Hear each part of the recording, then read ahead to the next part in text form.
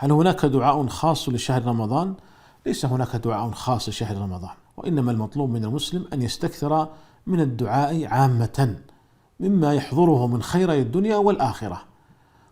ولذلك عندما نتأمل آية الدعاء وهي قول الله عز وجل: وإذا سألك عبادي عني فإني قريب أجيب دعوة الداعي إذا دعان، نجد أنها وقعت بين آيات الصيام. الآية التي قبلها شهر رمضان الذي أنزل فيه القرآن، والآية التي بعدها أحل لكم ليلة الصيام الرفث إلى نسائكم. وقعت هذه الآية وسط آيات الصيام، وهذا فيه إشارة إلى أنه ينبغي للصائم أن يكثر من الدعاء. ليس هناك أدعية خاصة، لكن عند دخول رمضان لو قلت: اللهم وفقني فيه العمل الصالح، اللهم اجعلني ممن يصومه ويقومه إيمانا واحتسابا، اللهم اجعلني من تغفر له في هذا الشهر، ونحو ذلك من هذه الأدعية، فهذا دعاء حسن.